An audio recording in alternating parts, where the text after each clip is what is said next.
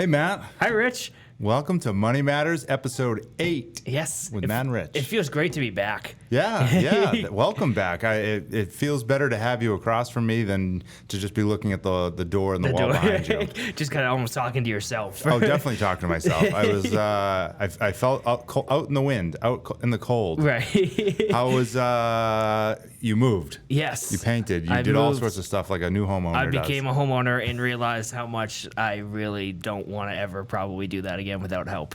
Yeah. Oh, and just a quick side note: we're coming.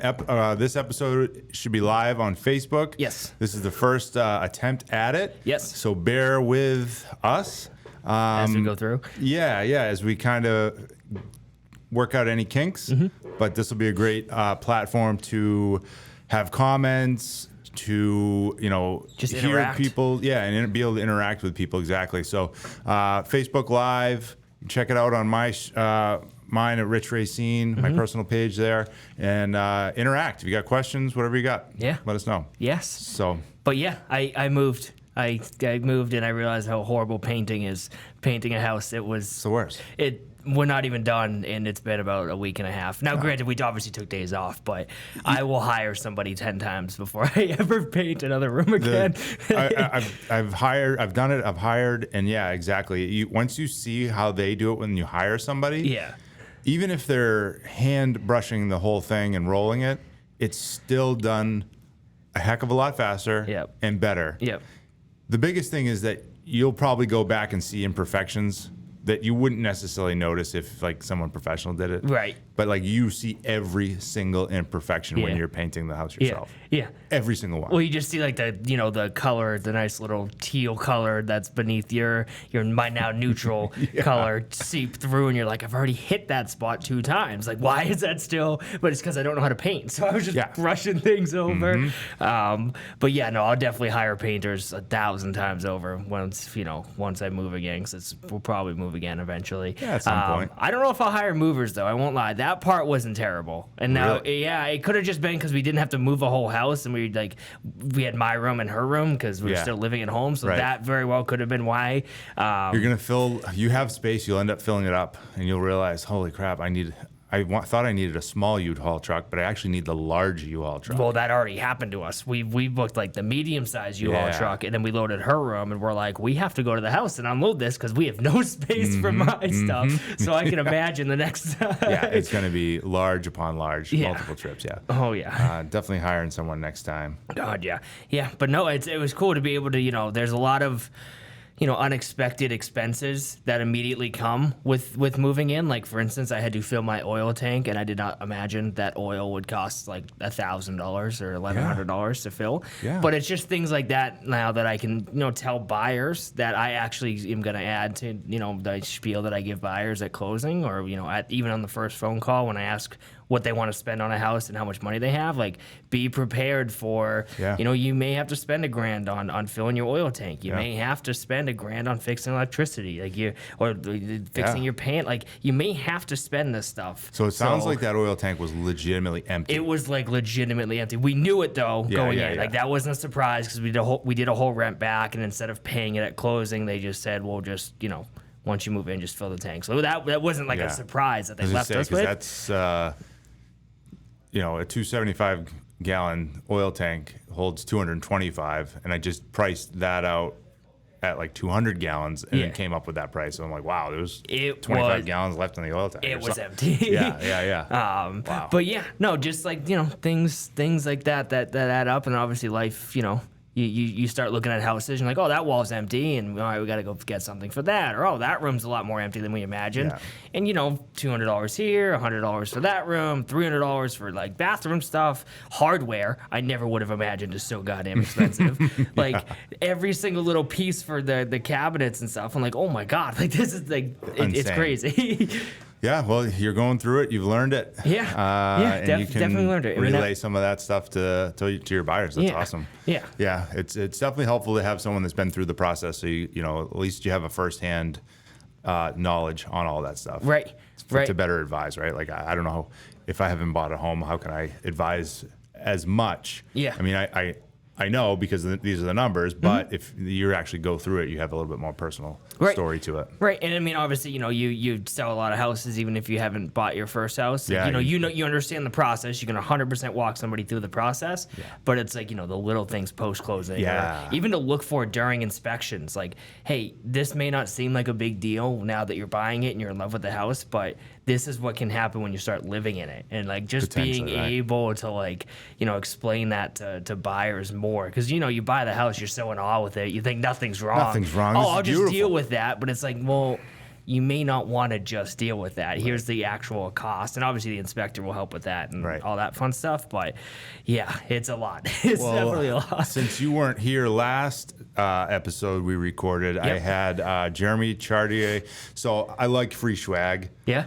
Tall Pine Properties. He gave me a hat. That. Yeah. He gave me a hat. I'm like, yeah, I like that. That's a nice hat, trucker style. Yeah. So he'll. We kind of just brushed on the surface of like wholesaling and what that is. Oh, and sweet. So I think in the next week or 2 or 3, whatever we can get on the schedule to have him back in to maybe do a deeper dive. I think that'd be awesome to find out more about that. I know I ended up going on a tangent with an investment property that he bought in Milwaukee. Yeah. So kind of reduced some time there, but I think he's got a lot of insight and value on the wholesaling process that we can tap into him and get a deeper dive on it. Which is sweet because I understand the premise, but I don't understand even just the day-to-day life of how he finds contracts. What does he do to get in touch with people? Like, is it just cold calling or is it other, what actually goes into that? And that's a side of investing that I would say maybe 20% of people really know that even exists to do it. A lot of people don't understand it, right? Like that's the biggest thing. There's a lot of value in it because it's potentially an undervalued asset that you can get, whether it's for owner occupancy or from an investment perspective. Right. And there's nothing wrong with the contracts that they use and how they close, the double close, or the, whatever whatever the situation is for them. Right. I actually have a question for you that I wanted to throw on, because I'm dealing with 2 of them now. Yeah. So with that are under contract. Have you ever had a quiet title? Have you ever had a seller or a buyer that has bought or sold their house and they have to do a quiet title on their house? No. Oh my God. Okay, so this is a rarity. I have 2 of these now. What? Because what is it? So essentially, on both scenarios, the buyers of the house, the sellers of the house bought, obviously, and they bought in a foreclosure instance where unpaid taxes were due. What happens apparently in New Hampshire is, in some instances, there's a 10-year period where the previous seller can actually pay the taxes and potentially take the house back. Oh. So a quiet title is establishing who actually owns the property. Yeah. And when you put a 30-day close on something and then they say, oh, we have to go to court to figure out who owns this property, it's like, oh crap. And then I got it again a week later. No Title kidding. came back with it. I'm like, I've never heard of this, and now I got it twice. So I didn't know if you've heard of it. I've heard of it, but I don't recall having to deal with it. Yeah, I was like, this is weird. I would have recalled someone having to go to court for it, but no, that doesn't not something that happens often. Yeah, no. But that's just another thing. We're buying foreclosures is, it's a great deal, but things can definitely pop up. Yeah. I was just curious if you've heard of it, because literally now we're talking like 3 months, 4 months, and loan's already in process. Someone's got to pay for that rate lock extension. Yeah. And it sure as hell ain't going to be the buyer. Yeah, shouldn't be. Exactly. Yeah, this is on the seller side of it, something they've got to rectify and make right. So right. Right, I just was like, I've never even heard of like that whole 10-year thing in New Hampshire where in some cases that old seller can pay their property taxes or pay whatever liens were on it and can go back to the land and say, I own it. It's like, wow, that is wild. Yeah, no kidding. I mean, luckily or unfortunately, whatever you want to, however you want to look at it, that previous owner probably isn't in a position to do that. Correct. Because they weren't at the time. Right. And likely they're probably not going to be in the future. Yep. But you never know. And you gotta court document that. Yeah. And I had to explain to the seller's agent why the lender won't take that. And I was like, you do realize that the lender technically, is part owner of this property, right. if not the owner of their name's on 80% title. owner. But yeah, they're owning the property, right? And at any point they could just get that stripped away after they just gave you $400,000. Yeah. They are not They're going to take that risk. No, they're not taking that risk. No. But yeah, no, I was like, this is wild. But Nutty. do you think? I think the big topic that I really want to dive into is: do you think that there is a market? Like a housing market, whether you want to call it a recession, a crash, a bubble, whatever terminology you want to call it. Do you feel like that is upon us in southern New Hampshire, northern Mass, our area? Do you feel like that's coming? Yeah, great question. So I hear that a lot. I don't want to buy because I think the prices are going to go down. I don't want to buy because I think there's going to be a crash. So, I mean, this isn't just coming from me. I was actually, I listened to a lot of podcasts, stuff like this, One Rental at a Time, Bigger Pockets. There's a real estate investing one that I listen to as well. And a majority of the theme is that there's 3 scenarios that could happen at any time, where we're seeing home appreciation, home depreciation, or deceleration. And that can also dictate, what kind of market are we in? Are we in an appreciating market, right. depreciating market, or deceleration? Yep. Deceleration is where we're at. Define what that means. Appreciation is we're pushing down the gas pedal and we're flying. Right. 2020 and 2021. Yeah, we're flying.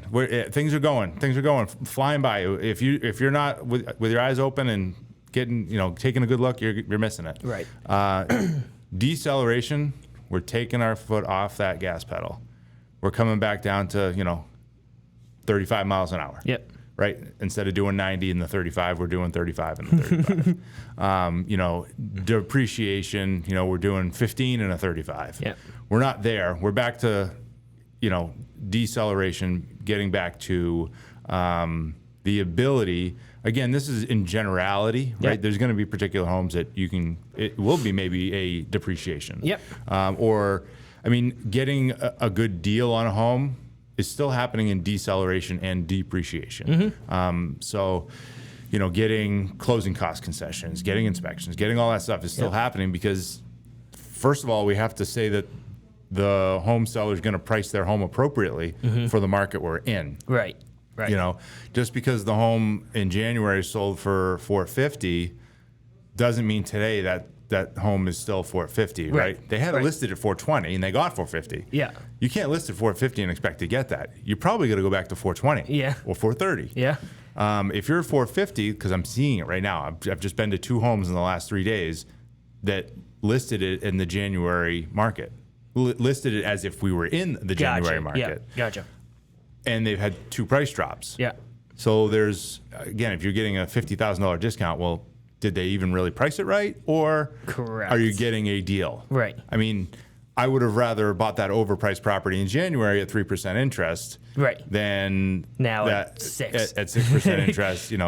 I really wouldn't want it even $20,000 less because it's still more expensive. That's a good question, interesting question. Yeah. And I think I hear a lot where when I reach out to people that maybe I haven't heard of or not heard of, heard from in a while. Yep. And they say, well, I see the market's coming down. Like all these houses I'm looking at, they're losing, $60,000 in value, $70,000 in value. It's like, wow, that's crazy. How do you know that they're losing that? It's like, well, they're price cutting. It's like, well, you could get that at, that's $60,000 less price, but what if it appraises $40,000 higher? Fantastic. Right? The value of the house is not dictated on the list price.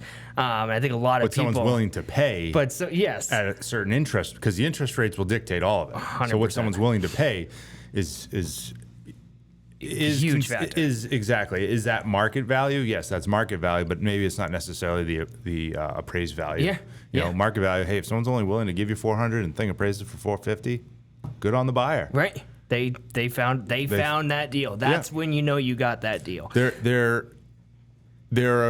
rare right now, but I think we're moving into that territory. That territory as rates continue to potentially tick up from what everyone's saying. Yep. They're going to.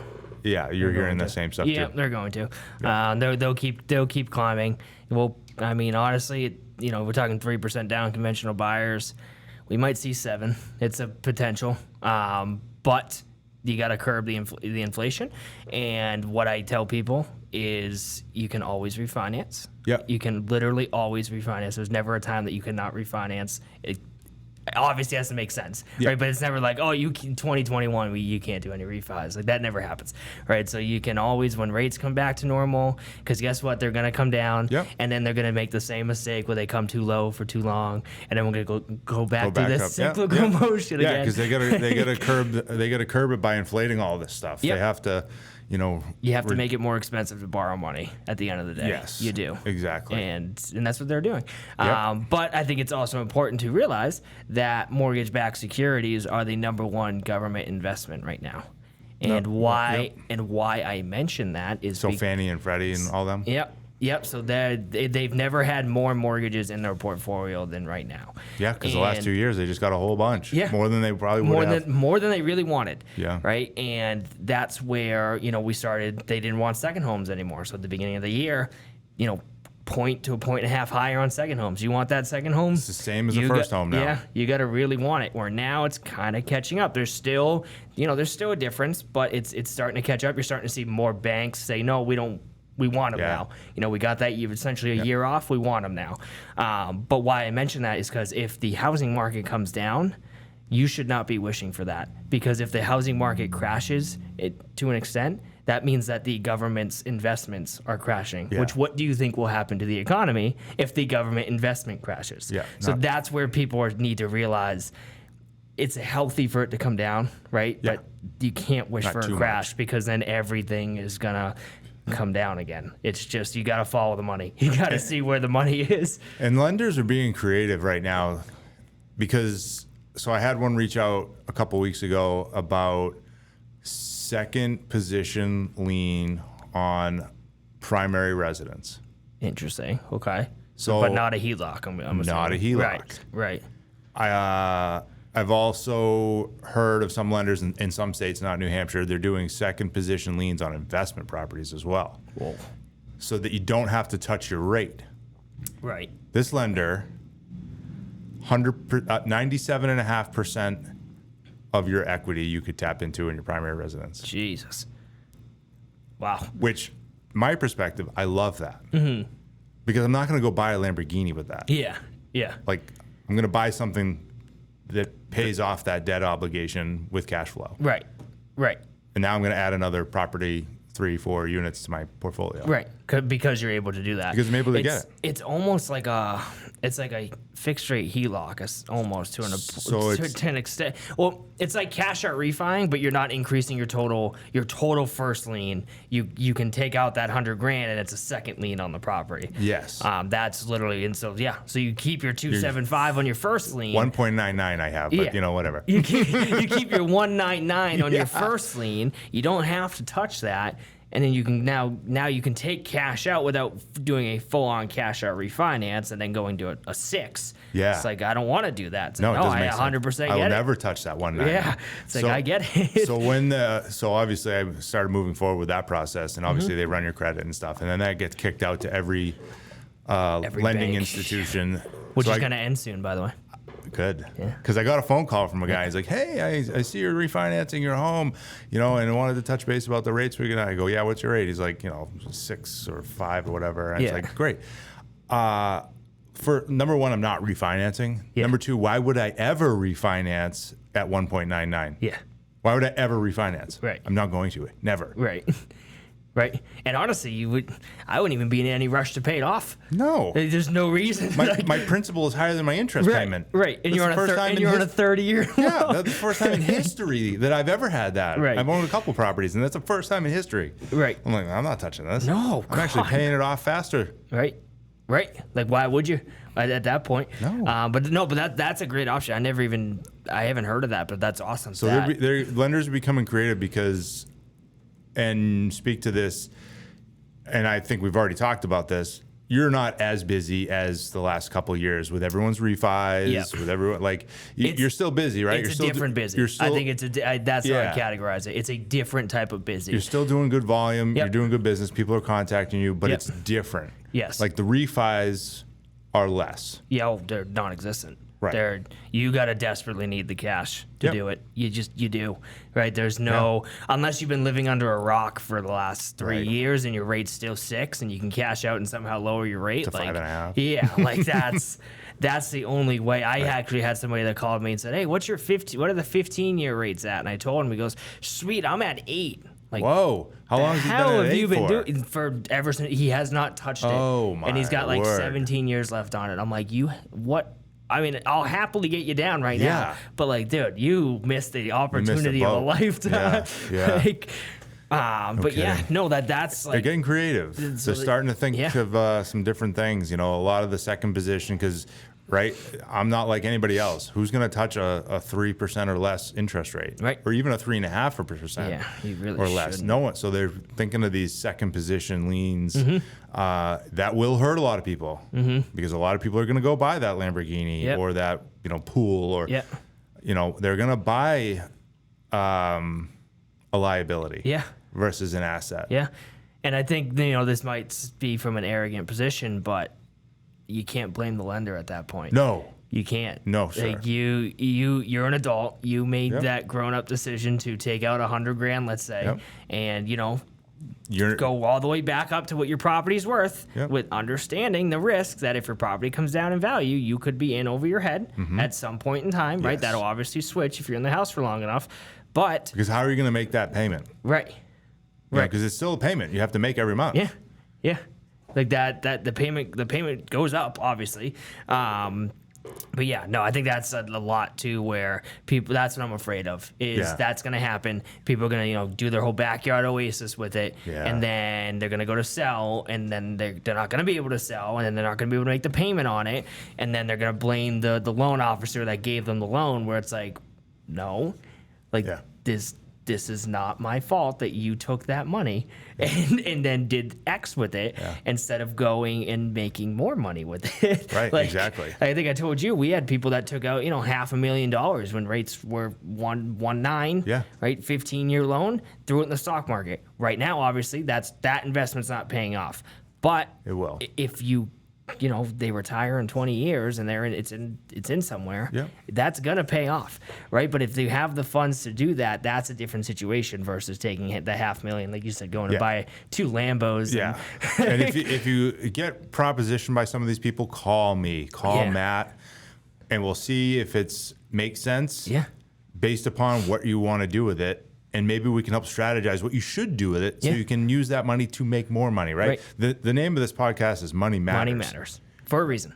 Yeah, for a very specific reason, because we want to be able to help you utilize your money the best and make money. Right. And we need to talk about that. Right. Which I think is a big thing in society no one wants to talk about. Right.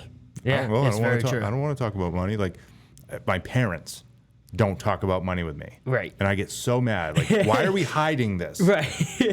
I can't help you if you don't help me know what's going on. Right. Right. Seriously. Like, you can't. Like, if I don't know the situation, how can I help you? It's kind of like, when buyers want me to pre-approve them but don't want to give me all the information. It's like, well, what do you want me to do with it? I don't care if you make 50 grand, 30 grand, 10 grand, 170 grand. It doesn't matter.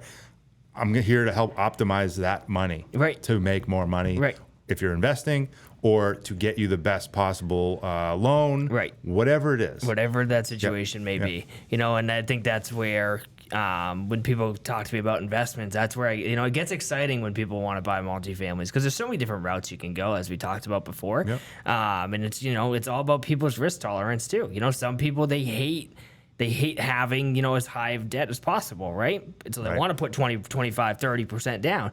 Totally cool. Here's an avenue for that. Yep. Some people don't give 2 craps. They're like, nope, I want as little money out of my pocket as possible so I can go buy 5 more.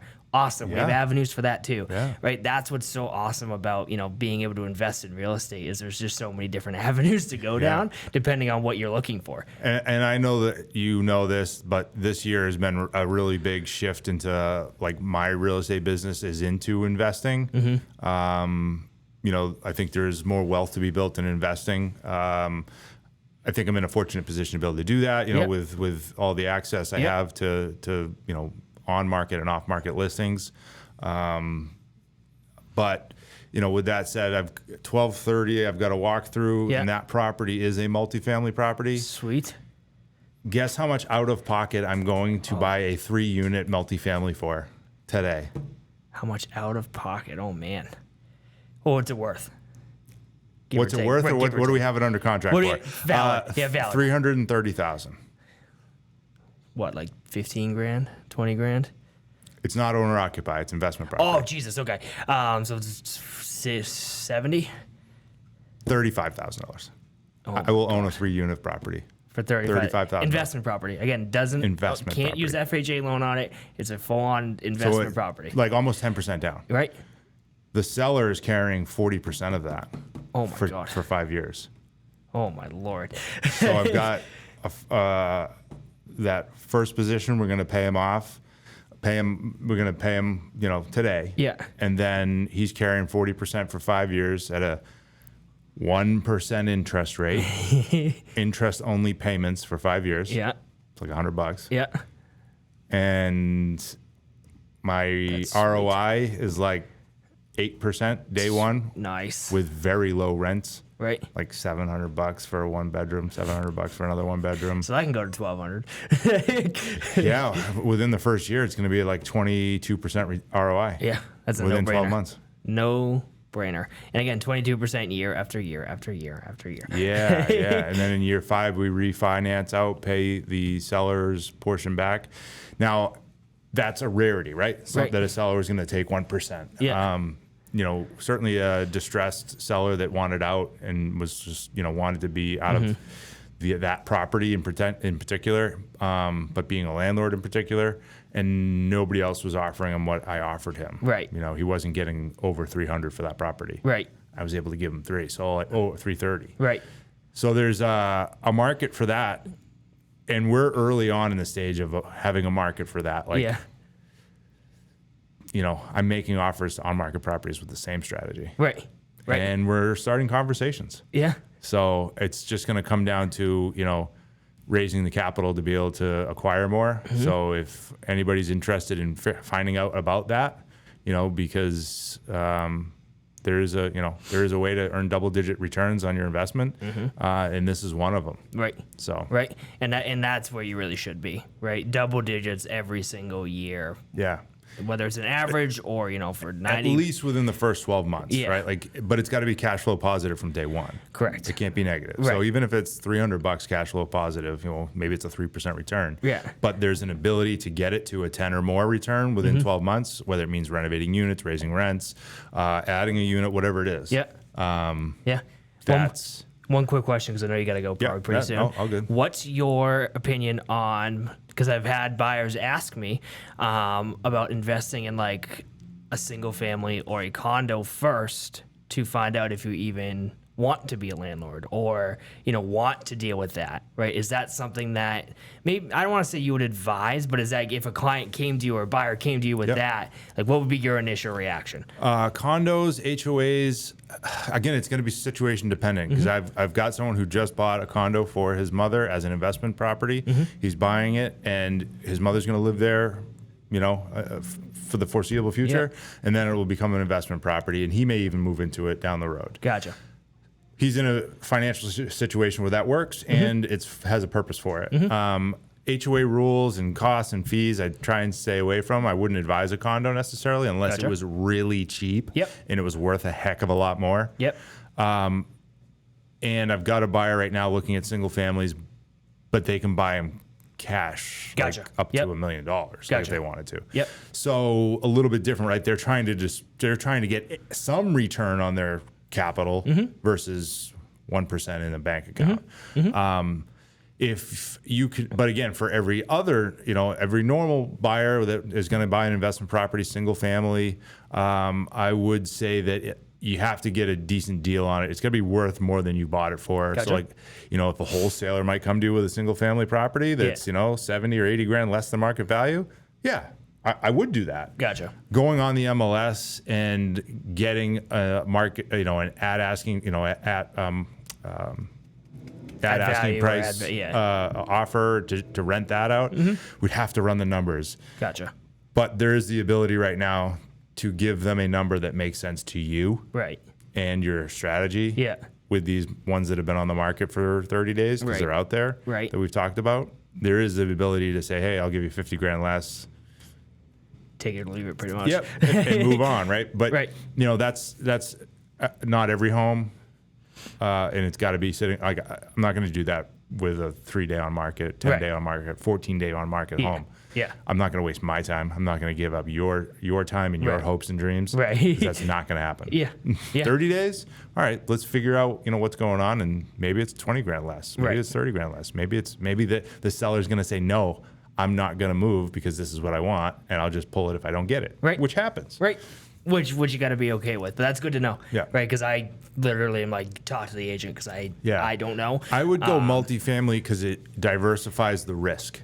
You have Gotcha. That's right. Yes, you were saying that. So 3 units. Minimum. Yeah. So you got 4 units, and one of them goes. Vacant, one of them gone, goes doesn't vacant. pay, whatever the case is. Usually, the 3 units are still paying the mortgage. They'll carry it. Right. Yeah, so exactly. you don't have to eat anything out of pocket. From a risk perspective, granted, those prices are a lot higher, but from a risk perspective, that is a safer. Well, you're buying safety essentially at that point. Yeah. Right. Like you can think of it that way, where you're buying the security of having more tenants and more likelihood that the mortgage is going to be paid for every month. Again, potentially more problems and headaches, Correct. but you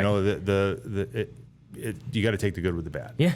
No, that's good to know. Yeah. So I mean, even from an investment standpoint, if you're looking at a 2-family duplex, it's got to be a good deal. Like you got to get it much less than market value to really make the numbers or make the thing make sense, right? Because if you have access to 50, 60 grand of equity because you got it for 50, 60 grand less than it appraised for, okay, right? Just because someone lists it for something doesn't matter. What's it appraising for?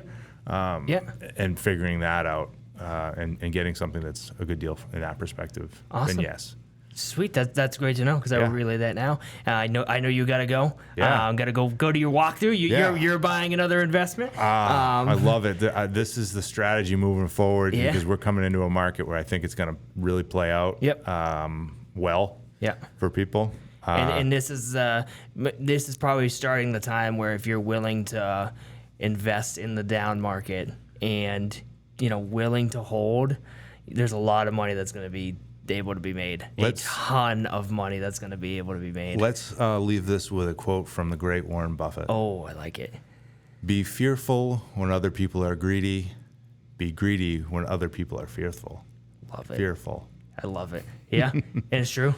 Just think about that, and you'll realize, that's when people make the majority of their wealth is in recessions or down markets, and they're willing to take that risk. If you even want to call it that, because the U.S. economy is going to it's gonna turn around. It's gonna come back, right? But episode 8, money matters, and that is why money matters. Yes, sir.